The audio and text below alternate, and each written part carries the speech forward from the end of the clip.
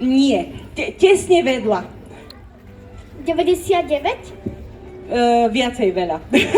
To nebolo až tak tesne. Dobre, ešte raz. 100 litrov. 100 litrov vo vani. 1 liter stojí 25 centov. Jožiš, no počkaj, opatrne, no. Tak koľko je to teda euro? 1, 2, 3. 4, 5, áno. A koľko zaplatíme? 150? No kto vie?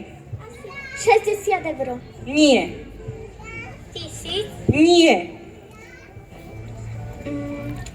97. 20? No, toto bolo zatiaľ najbližšie. 20 bolo zatiaľ najbližšie.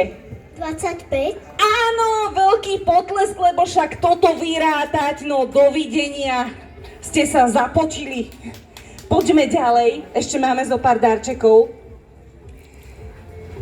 Tak, ďalšia súťažná otázka a ďalšie otázky na zamyslenie sa. Takže, myslíte si, že má niekto toľko peňazí, že si môže vždy kúpiť, čo chce? Myslíte si, že je takýto človek? Nie.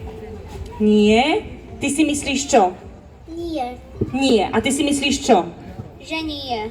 Neexistuje podľa vás taký človek, ktorý by mal toľko peniažkov, že si môže kúpiť, čo chce? Áno. Áno. A prečo? Čo znamená podľa vás, že sme finančne slobodní? To je také ťažké, ale skúsme sa zamyslieť. No čo, poď mi povedať, poď. Ty si Hulk, že? No, poď.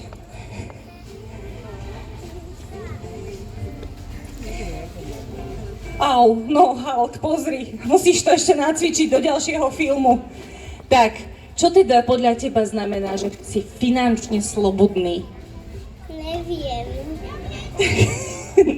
Dobre, ale prebehol si sa. Tak čo, vieš? Tak čo to znamená? Že sme bohatí. Že sme bohatí. Dobre, aj tak by sa to dalo, ale skúsme to tak nejako lepšie. Čo by to mohlo byť, že slobodný, finančne slobodný? Že máme veľa peňazí.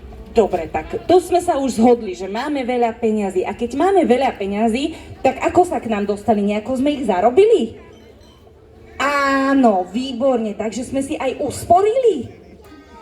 Áno, a teraz dôležité, že my sme minuli viac alebo menej, ako sme zarobili a usporili? Viac.